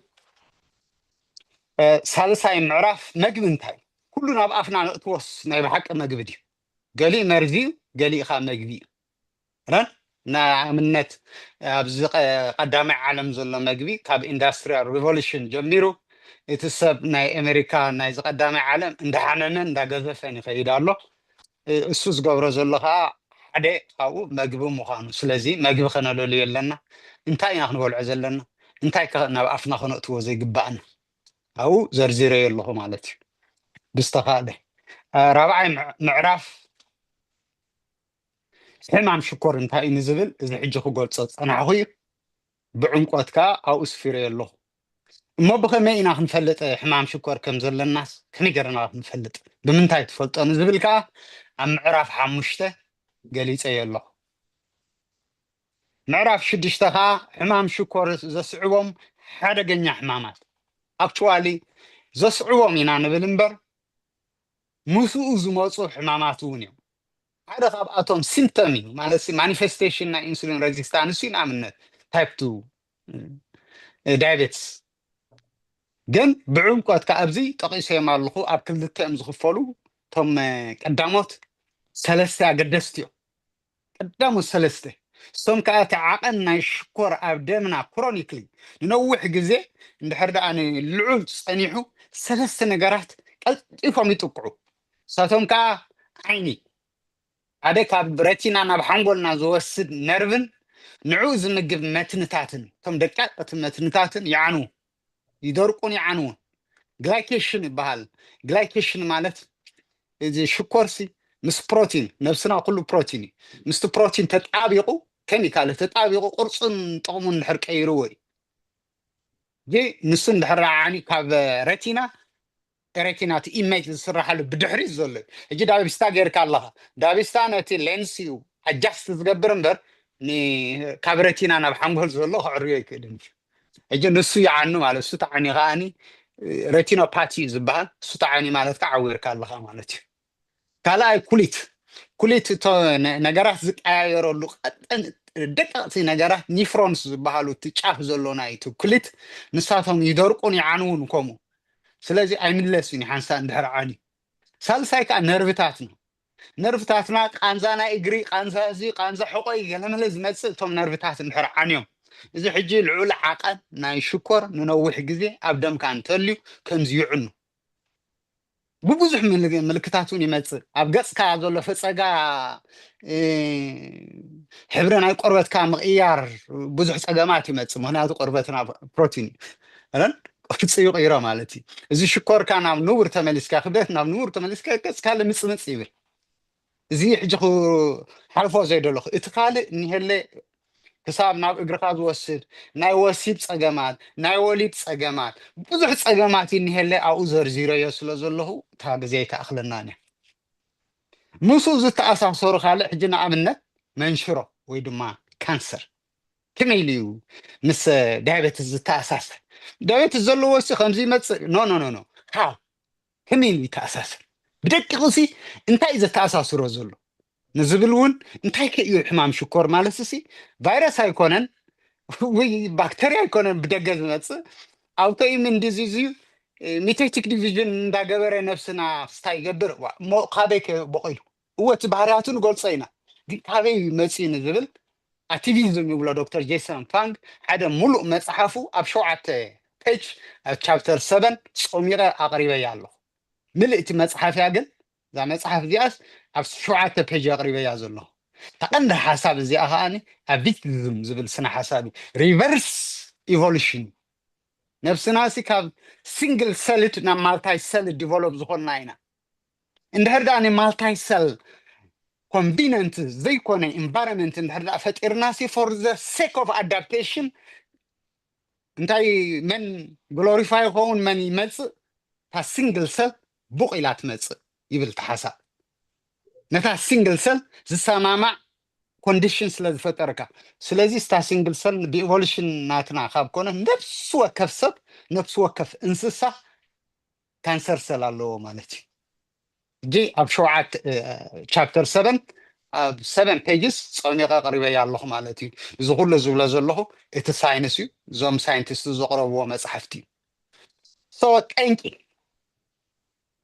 እቲ ጠንቂ ናይ ሕማም እዚ ቀንዲ እንታይ እዩ እንታይ እዮም እቶም ጠንቅታት ናብ ሕማም ሽኮር ዘምፁና ዘለዉ ከዓ እቶም 7 ነጥብታት ኣብዚ ፀሚቐ ኣቕሪበየ ኣለኹ ንኣብነት ኢንፍላሜሽን ስትረስ እዚ ፀቕጢ ስትረስ ኤንድ ትራውማ ማለት እዩ ናይ ድሕሪ ምስ መግቢ ዝተኣሳሰር ምስ ጀነቲክስ ዝተኣሳሰር ዳይስቦሊሲስ ማለት እዚ ጠቐንዲ ባክተርያ ኣብ ነብስና ዘሎ እሶም ተሓፂቦም እንተኸይዶም ዝመፅእ ሳዕቤናት ምስኡ ዝተኣሳሰር ብዙሕ ነጥብታት ኣለዉ ኣብቲ መፅሓፍ ተዘርዚሩ ስለ ዘሎ ኣንቢብኩም ዕሙቕ ብዝበለ እሱ ከዓ ናብቲ መፅሓፍቲ መበቆሉ ስለ ሪፈር ዝገብር ትደልዩ ሰባት እውን ሪፈር እናገበርኩም ከተንብብዎም ክትርድዎም ትኽእሉ ኢኹም ምዕራፍ 9 ከዓ ምክልኻልን ምሕዋይን ምሕዋይ ዝብል ዘለኹ ሕጂ ኣነስ ከመይ ኢለ ሓዌ ክትከላኸሎ ትኽእል ዶ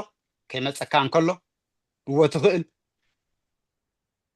እንድሕር ሓሚምካ ኸ ክትወፅእ ትኽእል ዶ እወ ትኽእል መን እዩ እዚ ሕጂ ታይፕ 2 ማለት እዩ ታይፕ 1 ግን ከይመፀካ እንከሎ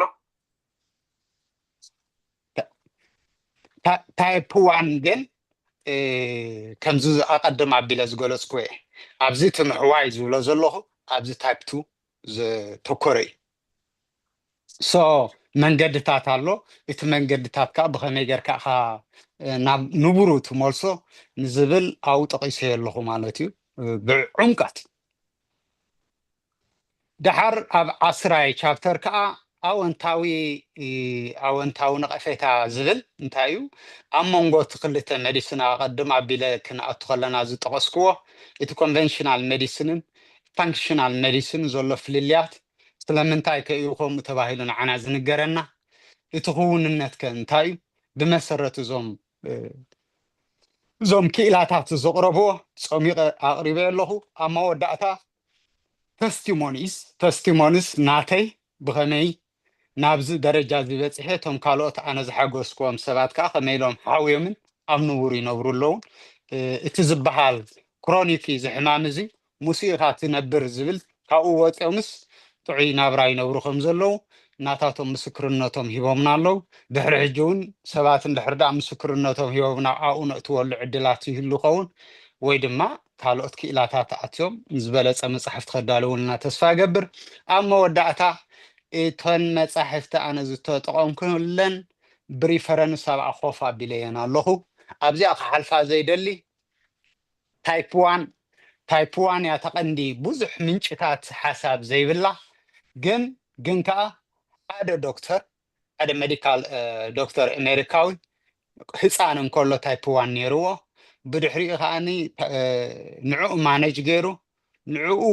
ኣመሓዲሩ ፅቡቕ ዝኾነ ናብራ እንዳነበረ ዘሕለፎ መፅሓፍ ፅሒፉ ዳያቤትስ ሶሉሽን ዝብል ዶክተር በርኒስታይን ዝተባሃለ ማለት እዩ ኤምዲ ሜዲካል ዶክተር እዩ ንሱ ዝፅሓፋ መፅሓፍ ሓንቲ ካብኣተን እያ ታይፕ ዋን ዘለኩም ምክንያቱ ንኩሉ እንቢብኩም ዝጠቕመኩም ካብ ትፈታትሹ እዛ ዳያቤትስ ሶሉሽን ዝብል ወይ ውላድኩም ወይ ድማ ንባዕልኩም ቀልጢፍኩም ካብተን መፅሓፍቲ ሪፈር ክትገብርዎን ዝግባአኩም ኣብኡ እውን ጠቂሰያ ኣለኹ ዳያቤትስ ሶሉሽን ትብል ማለት እያ ኣይ ቲንክ በዚኣ ተኣኽለኒ ንመላለዩ ዝኣክል ነዛ መፅሓፍ ብጣዕሚ ፅቡቅ ኣብ መጨረሻ እቲ መፅሓፍካ ኣበይ ክንረኽቦ ከም ዘለና እቲ ኣድራሻኻ ቴሌፎንካ ኩሉ ሰላም ድሕሪ ስለ ዘላ ኩሉ እቲ ዌብሳይት ናይ ማህፀን ክዝርጋሕ እዩ ከምኡ ኩሉ ሰብ ምእንቲ ክከታተሎ ብኩሉ ዝርጋሕ ስለ ዘሎ ኣብ ዩቲብ ዝከታተሉና ዘለዉ ኣብ ቲክቶክ ኣብ ፌስቡክ ከምኡውን ኣብ ሊንከዲን ተገዲስኩም ነዚ ኣገዳሲ ዝወሃበና ዘሎ ፍልጠት ምክንያቱ ፍልጠት ብርሃን እዩ ንሕና ብዘይ ምፍላጥ ኢኻ ትፀግምና ኮይዱ ዘሎ ኣብ ፀልማት ንነብር ስለዚ ከምዚ ሓውና ማንኤል ኮታት ዝበልካ እንታይ ናይቶም ዘፅንዑ ኣፅንዐ ኢኻ ትብለና ዘለካ ናይቶም ሊቃውንቲ ናታቶም መፅሓፍቲ ልዕሊ 30 ዝኸውን ተማራሚርካ ንሱ ኢኻ ተቕርበልና ዘለካ ንሱ ኢኻ ተቐንዲ ሕጂ ነቲ ዝተገብረ መፅናዕታት በብመልክዑ ጌርካ ኣቅሪብካልና ኣለካ እቲ መወከሲ እውን ብንፁር ኣቅሪብካልና ስለ ዘለካ እዚ ከዓ እቲ ዝድለየ ካልእ ፍልጠት እንታይ እዩ ፍልጠት ዝበሃል ኮ ንሱ ምሁር ዝበሃል ከዓ ከምዛ ንስካ ትገብራ ዘለካ እንዳላ ቀፃሊ ዝመሃር ሰብ ይኮን ምሁር ዝበሃል እምበር ሓንቲ ሞያ ፈሊጡ ጠጠው እንተይሉ ምሁር ኣይትብሎን ኢኻ ግን ቀፃሊ ዝያዳ ዝሰሓበና ከዓ ኣብዚ ትምህርትካ እንታይ እዩ ሓደ ከም ኦፕሬተር ምዃንካ ቅድሚ ሕጂ እውን ሰሚዐ ይፈልጥን እየ ኣነ እዚ ኮታ ንሕናሲ መንፈስ ነፍሲ ኣካል ዘለና ሰባት ኢና ስለዚ ኩሉ እቲ ሰራርሓ ናይ ኣካላትና ምፍላጥካ እዚ ከዓ ብጣዕሚ ዝገርም እዩ ካባኻ ከምኡ ክንከውን እዩ ዘለና ምክንያቱ ንሕና ውሽጥና ዘሎ ብከመይ ከም ዝሰርሕ ከይፈለጥና ማኪና ከመይ ትሰርሕ ኮምፒተር ከመይ ትሰርሕ ላፕቶፕ ከመይ ትሰርሕ ዙም ከመይ ትሰርሕ ኢና ንፍትሽ ማለት እዩ ተቐንዲ ግን እቲ ናትና ኣካላት ከመይ ከም ዝሰርሕ ከም ሓደ ኦፕሬተር ገሊፅካልና ብጣዕሚ ደስ ዝብል ብከምዚ ውዳእኒ ኣብ ቀፃሊ ናይ ግድነት መፃና ኢኻ ስለዚ ሰላም ብድሕሪት ኣለኺ እታ ግዜና ልክዕ ሰዓት ወሲድና ኣለና ናብቲ ሕቶታት ተዳሃልዩ ናይ ህዝቢ ሰላም ከተቕርበልና እያ ስለዚ ቅድሚ ናብ ሕቶ ምእታዋት ናተይ ፍቓድ ክህብ ብዛዕባ እዛ መፅሓፍ ኣብ ብዙሕ ተዘርግሕትን እንድያ ኣነ ብዝፈልጦም ሰባት ገይረ ናብ ዓዲ እንግሊዝ ሓደ ሚእቲ ዝኸውን ናብ ኖርዌይ ሕጂ ናብ ሆላንድ ከምኡ ይልእኻ ኣለኹ ብዝፈልጦም ሰባት ማለት እዩ ነዞም ዝፈልጦም ሰባት ከዓኒ ክረኽብዋ ዝኽእሉ ከዓ ንዓይ እንድሕርታ ቴሌፎነይ ፖስት ክትገብርዋ ፍቓደኛ እየ እንድሕር በቲ ቴሌፎነይ ብዋትስኣፕ ኣብ ዝቐረባ ኣብ ካናዳ እየ ዝነብር ኣብ ካናዳ ኣሜሪካ ዘለዉ እውን ተደወሉለይ እውን ፀገም የለን ኣነ ግን ኣብዚኣ ንፅርቲ ክገብራ ንማንም ሰብ እቲ መጀመርያ ማለት ፍትሽ ስለ ዝነበርኩ ምስ ሰባት ዝዘራርብ ነይረ ሕጂ ግን ሞያይ ስለ ዘይኮነ ዝሕትቱ ስለ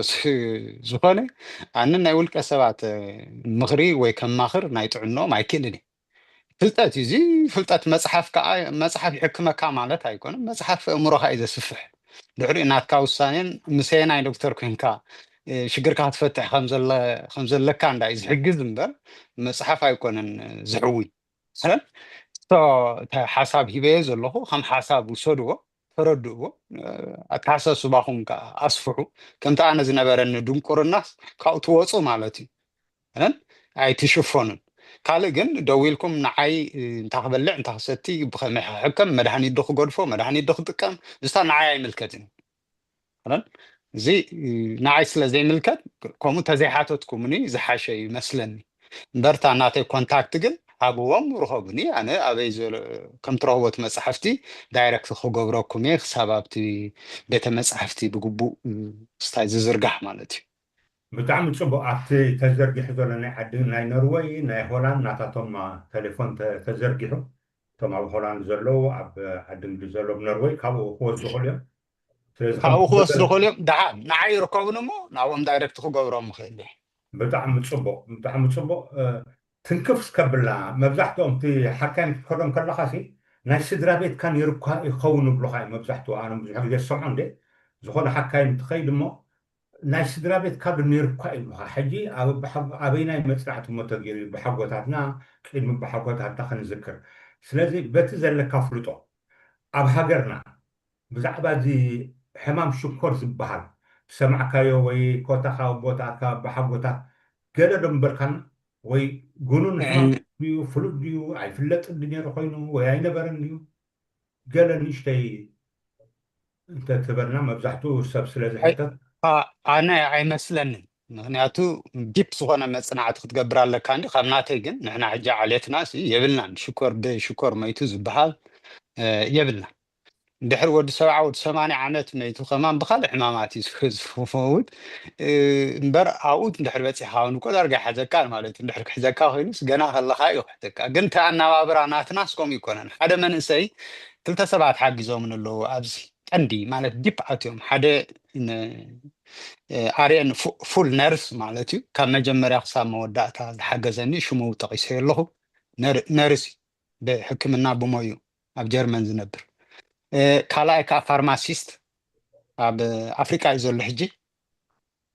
ኣብ ኤርትራሲ ኣብ ኣስመራ መፅናዕቲ ገይሩ ነይሩ በዛዕባ እዚ ሕማም ሽኮር ከምኡ ኢንተረስት ስለ ዝሰማዑ ኮንታክቲ ገይረዮ ሓጊዙኒ ከዓ ብዙሕ ነገር ማለት እዩ ደን ንሱ ዝመንእሰይ እንታይ እዩ ኣብ ኣስመራን ኣብቲ ከባብን ኣብ ገጠርን ኣብ ከተማንሲ ኣበይ ኣሎት ኣበይ ዝርከብቲ ሕማም ኢሉ ሪሰርች ካብ ዝገበሮ እቲ ዝበዝሐ ከተማ ኮይኑ ረኪብዎ እቲ ጠንቅታቱን ስለምንታይ እዩ ከምኡ ኮይኑ ኢሉ እውን ናቱ ኣናሊሲስ ፅሒፉ እዩ ሓደ ኣርቲክል ፅሒፉ ካብ ኤርትራውያን ዝፀሓፈ ከማን ንሱ እዩ ኣብቲ ብዝበለኒ ካብቲ ናቱ ቆንጮ ኢሎም ኣብቲ ዲያቤቲስ ኣሶሲዬሽን ኣብኡ እውን ጠቂዖም ኣለዉ ኢልኒ ወርልድ ዋይድ ማለት እዩ ደን እቲ ኣነባብራና እቲ መበቀላዊ ዘርኢ ንበልዖ መግቢ እቲ ንገብሮ ንጥፈታት ንከምኡ ዘቃልዕ ኣይነበረን ንሕማም ሽኮር ዘቃልዕ ስለ ዘይነበረ ስፔሻሊ ኣብቲ ገጠር መበቆላዊ ዝኾነ መግቢ ኢኻ ትበልዕ እንደገና እቲ ትነብሮ ኣነባብራ እውን ንሕማም ሽኮር ዘቃልዕ ኣይኮነን ውሑድ ዝረአ እንታይ እዩ ካብተን ሸውዓተስ ሓንቲ ማልኒትሪሽን ከም በዓል ማግኔዥዮም ማይክሮሚዮም ኣሚነ ክሮሚዮም ገለ ዝበሃሉ ኤሌመንትስ ኣብኡ ዘርዚረዮም ኣለኹ እዚኦም ድሕር ዘይሃልዮም ካስ እቲ ዝበልክዎ መስርሕ ብግቡእ ኣይፍፀምን ዋላ እንተሃለወካ እቲ ኢንሱሊን أنا جيت أجمعت في التر مالتي أنا أحجب زي قدام على ما بزي قري بوتان أنا برس حي زي بقولو وينتر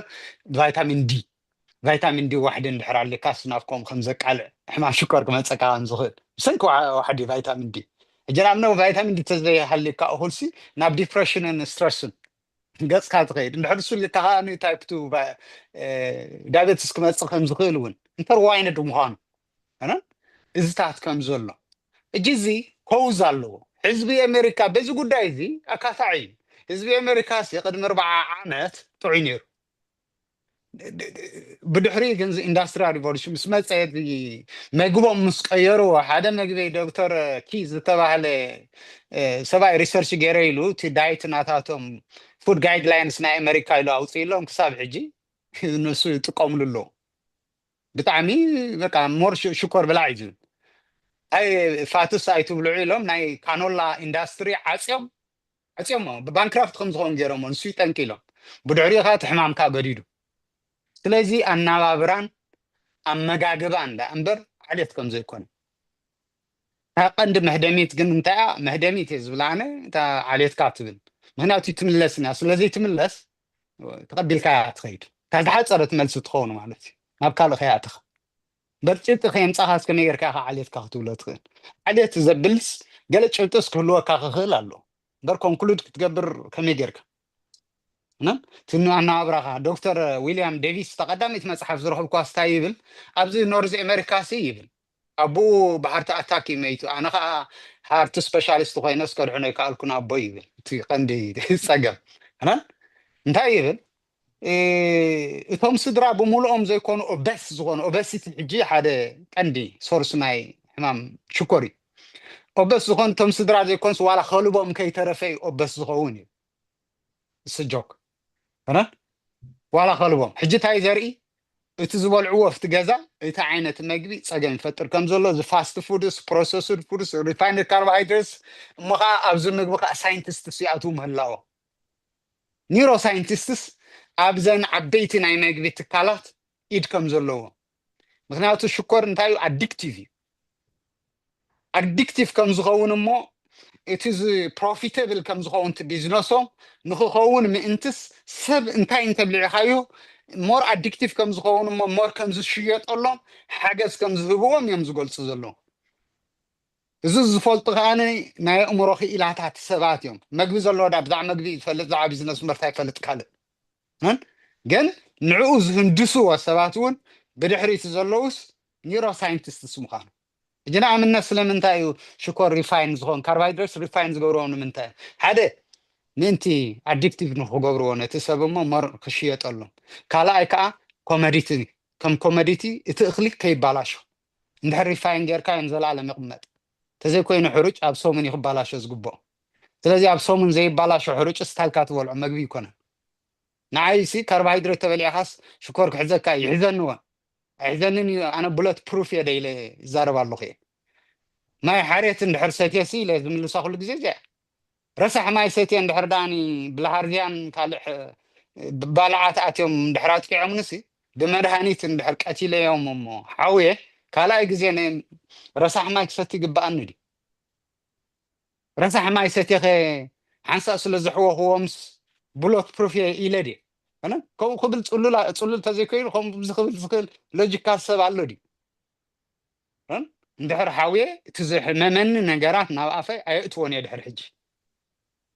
زفليت الله ندحر زي تهوز غا حمام زبها دحر حج نعم نفسي أي نتصيني حمام شكر بحالسي يبلي نايكم لكتاتون يبلي أكل لونني خا باستا بالعس حجا أنا باستا بالعله شكر جالي يكونن السجن شو باستا تزبط تايلي باستا نوافعتو باستا رمجبي is refined carbohydrate رستوناتو زتلحصه زتفه refined زخونه carbohydrate برجكا شكور كاله تحسته زي ولي باستا تخبرنا افيتو ها اجي ازي مفلاطي زدلي ازيوم كاخ نغرونا زيدلي كله حكمنا زله صقم كرايسيس انترفنشن يخوين زله امبر كحامه خلون حبرتسب ممهاري كنت تغبو خون زغبو زعممن زطعن تنغرم مرچ يوسد تاخد كون زغبا ازنبرت زيا ግን ክትከውን አይካለት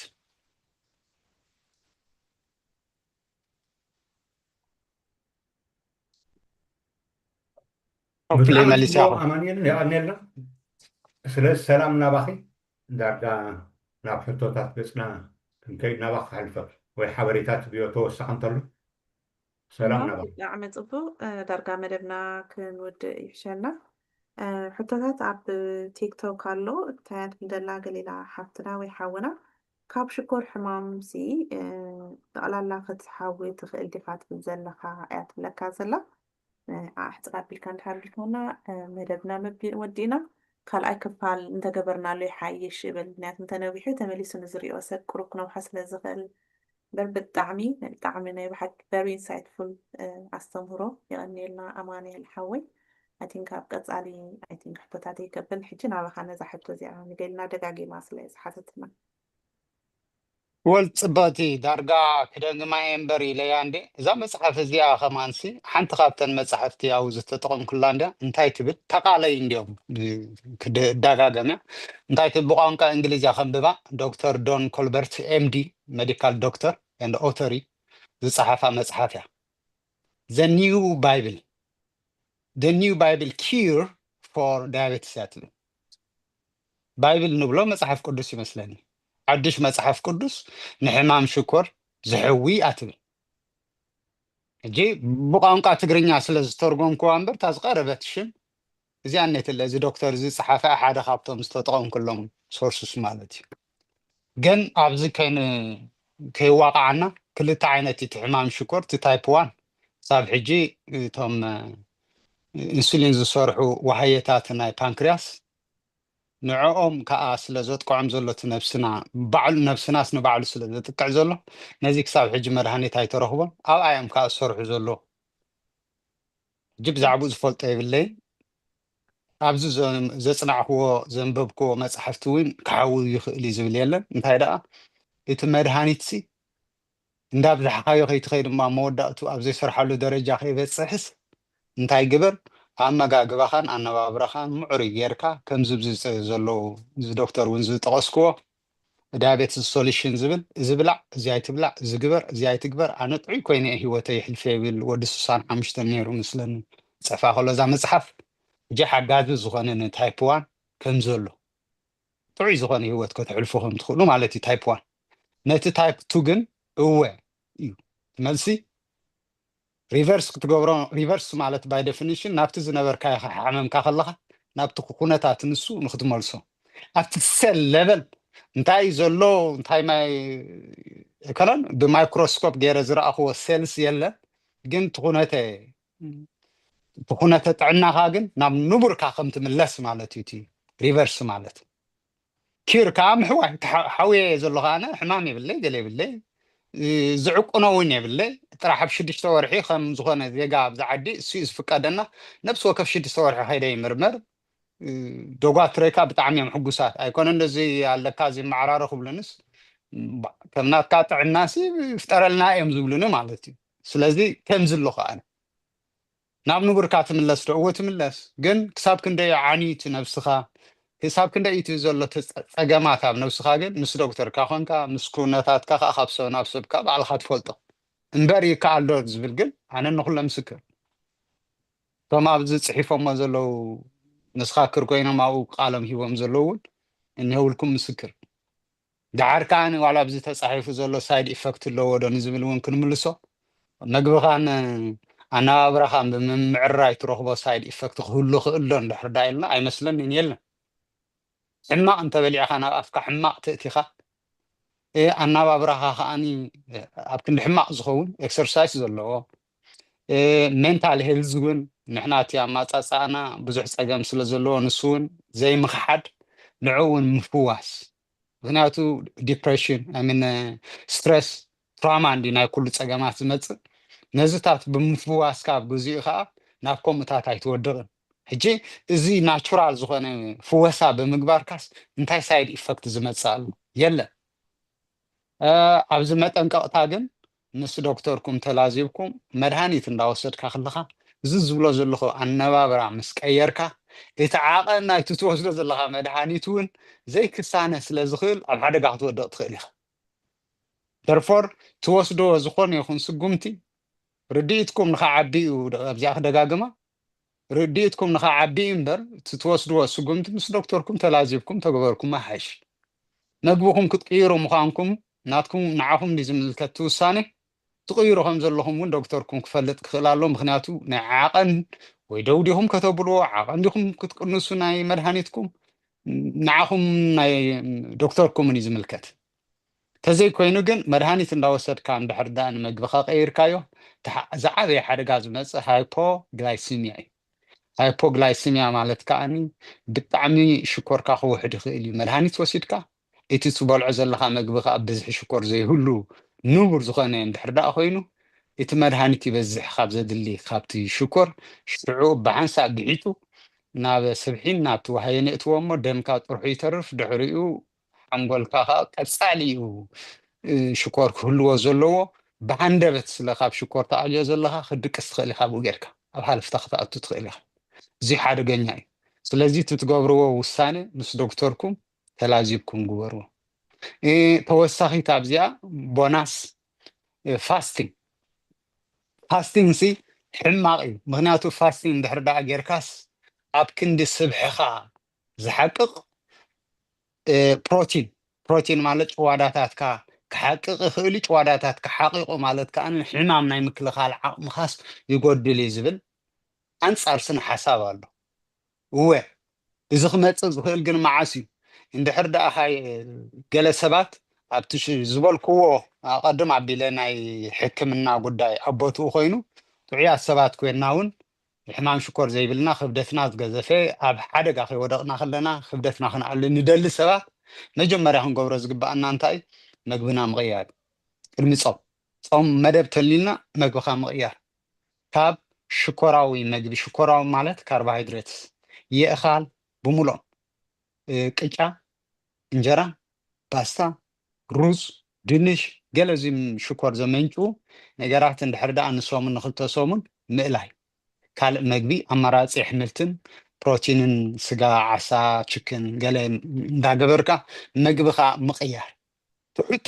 ዓቐን ሽኮር ዘለዎ ማለት እዩ እዚ መግብኻ እንድሕር ቀይርካ እንታይ እዩ ዝጎድል ኢንሱሊን ሌቨል ኣብ ደምካ ይጎድል ኢንሱሊን ምስ ጎደለ ሽዑኡ ነቲ ስብሒ ዝኽልክሎ የለን ተዘይ ኮይኑ ኦለሳደ እንድሕር ናብ ፆም ኣቲኻ ብብዝሒ ኢንሱሊን ኣብ ደምካ እንከሎ ነቲ ስብሒ ከይቃፀል ይገብሮ እቲ ኢንሱሊን ይኽልክሎ ኣሎ እንድሕር ከልኪልዎ ከዓ ኣማራፂ ይደሉ ኣሎ ነብስኻ ካብ ዘሎ እዩ ክወስድ ከዘሎካ እቲ ዝቐለለኻ ከልካል ዘይብሉካ ፕሮቲን እዩ ሽዑ ጭዋዳታትካ ይሓቅቕ ከብድኻ ከዓ ዝፍጥጥ ኣላን እዚ ከይከውን ምእንቲ ከነመዓራርኽ ንክእል ኣለና ማለት እዩ እዚ ብዛዕባ ናይ ኒትሪሽን ከመይ ጌርካ ፋስቲንግ ትገብር ንዶክተር ጄሰን ፋንግ እውን ድሕር ዳእ ተኸታቲልኩሞ ዓሚቕ ዝኾነ ኣስተምህሮ እዩ ዝህብ ብዛዕባ እዚ እሞ በዚኣ ከዓ ፅዋ ምስለኒ የቐኒየለይ يقني أما مخالط له السلام مدحرخي من أباهي በቃ መደብና ኣይ ቲንክ እንተዓፀና ኣብ ቀፃሊ ሰራርቡ ክንቅፅሎ ብጣዕሚ ደስ ትብል ናባኹም ኣተታደሰ መደብና ብወገነይ ኣማንኤል ብጣዕሚ ደስ ዝብል እቲ ንመጀመርያ ግዜ ከምዚ ዓይነት ኣፍልጦ ብሰፊሑ ትበና ኣለካ እዚ ከዓ ነቲ ወለዶ ዘሎ እውን ዘተባብዕ ብፍላይ እታ ሕጂ ዝተንከፍካ ኣብ ኣስመራ ውሽጢ ሃገርና መፅናዕቲ ተካይዱ ዝበልካዮ ሕጂ ብዙሕ መፅናዕቲ ዘካይዱ እንተደኣ ሃልዮም ንሳቶም ሕጂ ዘቢና ማለት እዩ እቲ መብዛሕትኡ ልውኮሶ እንታይ እዩ ዘሎ ናይ ደገ እዩ ግን ኣብ ሃገርና ከምዚ ሕቶ ዘምፀኻዮ ትመጋግባና እንተሪእኻዮ ኮታ ከምዚ ናይ ምዕራብ ከስታይ ኣይኮነን ካብ ከተማ ናብ ገጠር ንፈላለዩ ዘይንክሕዶ ሓቂ እዩ ስለዚ እቲ ዝረአ ከምዚ ዓይነት ሕማማት ኣብቲ ገጠራት ኣይትረኽቦን ኢኻ ምክንያቱ ንሳቶም ዝምገብዎን ኣብ ከተማ ዘሎ ዝመፀና ካብ ፋብሪካታትን ካብ ገለ እዚ ርዱእ እዩ ማለት እየ ናብ ኤሮጳ ምስ መፅኻ ናብ ኣሜሪካ ምስ መፃና እውን ዳርጋ ብዙሓት ሓካይሙን ዝዛረብሉ እዮም ኣመጋግባኻ ክትቀይር ኣለካ ኣመጋግባ ክትፈልጥ ኣለካ እዚ ቀፃሊ ዝረበሉ እዩ ግን ማዕረ ማዕሮ ከዓ ምስቲ ቀዳማይ ዓለም ከም ዝተነኸፍካዮ ስለ ዝኾነ ኮታ ምስ ረብሓታትን ገለ ዝተተሓዘ እምበር እቲ ቀንዲ ክግበር ዝነበሮ ካብ ሓሚምካ ሕክምና ተኸናኺንካ ጥዕና ስለ ዝኾነ እቶም ሊቃውንቲ እቶም ዝግደሱ ዝበሃሉ እቲ ጠፊኦም ኣይኮነን ዓይናይ ጥዕና ዝህብ ዓይናይ ጥዕና ዘይህብ ጠፊኦም ኣይኮነን ግን እቲ ዓለምናኸም ይኮነን እቲ ዓለምናኸም ስለዘይኮነ እቲ ዝበልካ ቀንዲ ንሕና ናትና ሓላፍነት እዩ ርድኢት ክህልወና ኣለዎ ማለት እዩ ተባዕፍና ንእትዎ ድዩ ንምገቦ ናይ ውልቀ ሰብ ተራይ ስለዚ ንሱ ከዓ ርድኢት ክህልወና ኣለዎ ኣፍልጦ ክህልወና ኣለዎ ከንንብብ ኣለና ክንፈልጥ ኣለና ከም ዝበልካልና ስለዚ የቐነልና ኣብ ቀፃሊ ኮታ ክንደልየካ ኢና ናይ ብሓቀት መፂኻ ክንፅዋዓካ ኢና እቲ ጥዕመካ ግዜ ብሰፊሑ ሎሚ ጥራይ ከም ጣዕሞት ኢና ተናኺፍናዮ ዘለና ካልኦቱም ብዙሓት ኣለዎ ኣብዚ ናይ ማህፀን ኣብ ፍናን ኣብ ካልእ እውን ኣለዎ ብዛዕባ ኣመጋግባ ዝምህሩ ከምዚ ናትካ እውን ኣለዎ ሞያውያን ማለት እዩ ስለዚ ንሳቶም ነቲ መፅሓፍካ ክረኽብዎ እዮም ንስኻ እውን ናታቶም መፅሓፍ ክትረኽቦ ኢኻ ስለዚ ኩላትኩም ቶም ከምዚ ዓይነት ፍልጠታት እናገበርኩም ኮታ መፅናዕቲ ትገብሩ ዘለኹም ዕድለኛታት ኢና እንዳተራኸብኩም እቲ ፍልጠትኩም ናብቲ ሕብረተሰብ ንኽበፅሕ እቲ ዕላማ ወይ ራእይ ናይ ዝማህፀኑ ተቐንደኹም ንገብሮ እንታይ እቶም ዘለዉ ክኢላታት ሞያውያን እንዳመፁ ፍልጠቶም ዘለዎም ዓቕሚ ክእለት ኮታ ኣብቲ ትክክለኛ ቦትኦም ኮይኖም ንሕብረተሰቦም ከበርክቱ እየ ከምቲ ዝበልካዮ እንታይ ገዲፍካ ትኸይድ እዩ ስለዚ ገዲፍካ ትኸይድ ዘለካ ቀሊል ኣይኮነን ካብ ሕጂ እንዳውረስካ ትኸይድ ኣለካ ማለት እዩ ካልእ ዘውረስኩ ክትብል የብልካ ፍልጠት ተውርስ ኣለካ መፅሓፍቲ ትፅሕፍ ኣለካ እቲ ዝዓበየ ነገር ንሕብረተሰብካ ንወለዶካ ገዲፍካ ትሰይ ስለ ዘለካ ከምቲ ሓውና ሓደ ኣባል ናይ ማህፀን معت حتوتات يقريب الكانيرو كل خاص استنكف كايو بتناتو قال لومي بأكارت مصاي كالن سلازي